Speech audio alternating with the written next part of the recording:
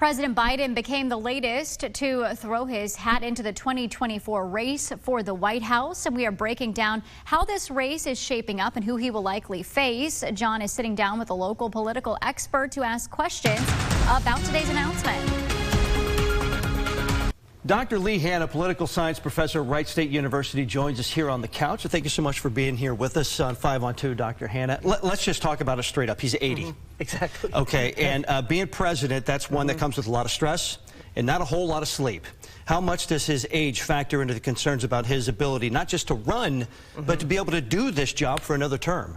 Yes, and for context, Ronald Reagan was our oldest president before Biden served, and Reagan left office at 77. Biden would be on pace to leave office at 86 if he were reelected. And so that is going to be the biggest issue that will really follow him on the trail. We, of course, know in 2020, he was vigorous on the campaign trail for the primary, but then once the world shut down, I mean, that was a criticism that he didn't have to, be out campaigning, and certainly he's going to have to do that in 2024. It takes a lot of energy to run a campaign, right? So we'll see how he can fare with a legitimate campaign this time around. Let's show you this stat here. A new NBC News poll, Dr. Hanna, shows that the country's not exactly enthused about either President Biden or former President Donald Trump running right now. What do those numbers tell you? In some ways, I guess there is some more of the same in terms of dissatisfaction with a lot of institutions in this country. Congress is historically unpopular.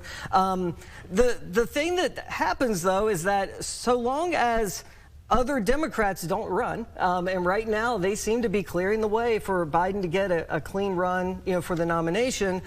It will just be a choice. It will be one of two, and so a lot of people vote using what we would call negative partisanship. I just don't want the other person in, and that's what he's going to try to do. He's trying to paint. He's already using mega Republican. He's going to say that over and over, trying to paint the Republican Party as the more extreme choice. And so while people may not be thrilled about any of our candidates or our probable candidates, that's what it may come down to still. You and I see those numbers. The public sees those numbers. The higher-ups of both the Democratic Party and the Republican Party see those numbers as well. Yet the higher-ups, the powers that be, are basically paving the way for both Trump or Biden, it seems, to be representing their two parties. Why don't they do something about it then if the people are saying we want to see somebody else? Yeah, and we kind of have this constant kind of push or pull. It used to be that the elites had too much control, and then we kind of opened up this primary system, and we got a few extremists, and they didn't really like that, and so they tried to pull it back.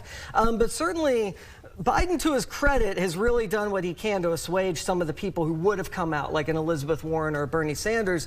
But I certainly understand people's frustration. The Republicans are more open because Trump isn't the, isn't the sitting president. But in both cases, certainly we look like we're set for a rematch, more likely than not. Robert F. Kennedy Jr. has announced that he is going to run for president right now. He's the only challenger, I guess, for President Biden, although a lot of people don't see that as a legitimate challenge. Yeah. Any other names out there that you could see throwing their name in the hat to challenge the president? I mean, Marianne Williamson is out there. At the moment, no. Now, it's 18 months, though, and so were Biden to have some major stumbles, into this fall, you could see people rallying as late as maybe December, to actually put together a campaign. And then you're probably looking at some, classic names that would maybe come back. Maybe the Bernie Sanderses, and we shall see. Exactly. It seemed like the previous presidential cycle just ended, and here we go again, getting ready for the 2024 cycle. Dr. Lee Hanna, political science professor at Wright State University. Thank you so much for dropping by, Doctor. Thank you.